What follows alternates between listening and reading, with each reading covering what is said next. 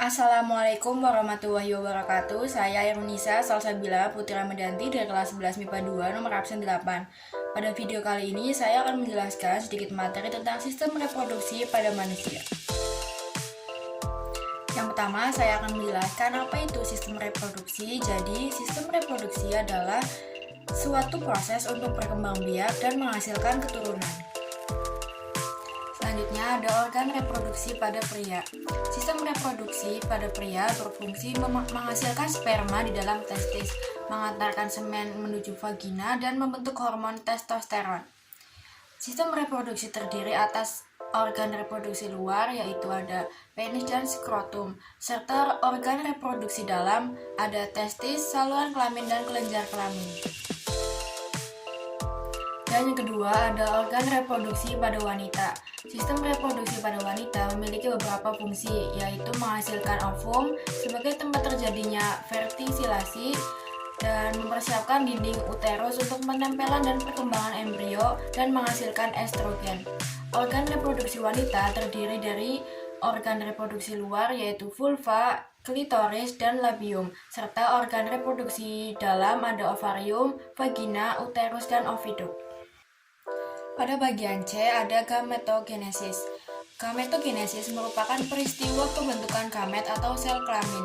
Pembentukan gamet jantan disebut spermatogenesis dan pembentukan gamet betina disebut oogenesis. Selanjutnya ada proses menstruasi. Proses menstruasi adalah luruhnya dinding rahim yang dipersiapkan untuk kehamilan.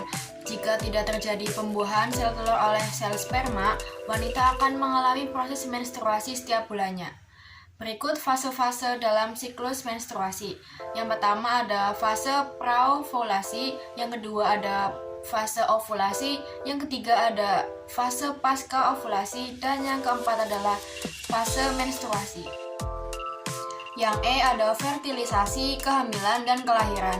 Fertilisasi merupakan peleburan sel sperma dan sel telur yang telah matang sehingga menghasilkan zigot.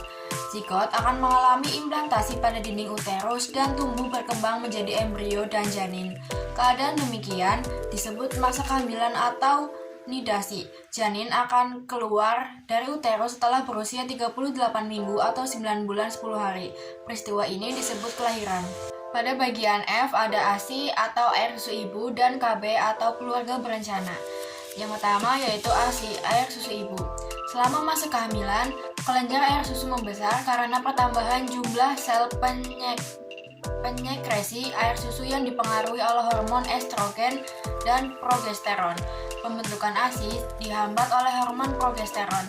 Akan tetapi, sebelum kelahiran, ketika konsentrasi progesteron menurun tajam, laktasi dimulai. ASI merupakan sumber nutrisi utama bayi. ASI memiliki komposisi sempurna yang sesuai kebutuhan bayi. Selanjutnya ada KB atau keluarga berencana. Saat ini pertumbuhan penduduk mengalami perkembangan pesat.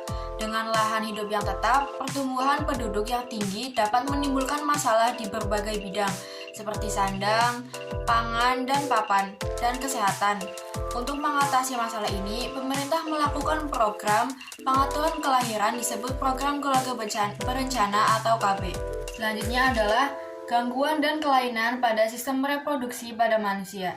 Contoh-contoh penyakitnya adalah yang pertama ada endometriosis, yang kedua ada hamil anggur, yang ketiga ada herpes genitalis, dan selanjutnya ada gonore, yang kelima ada kanker leher rahim, yang keenam ada sifilis atau raja singa, yang ketujuh ada chlamydiasis, yang ke-8 ada impotensi, yang ke-9 ada AIDS, dan yang ke-10 ada prostatitis. Sekian presentasi dari saya, mohon maaf bila ada kesalahan. Terima kasih. Wassalamualaikum warahmatullahi wabarakatuh.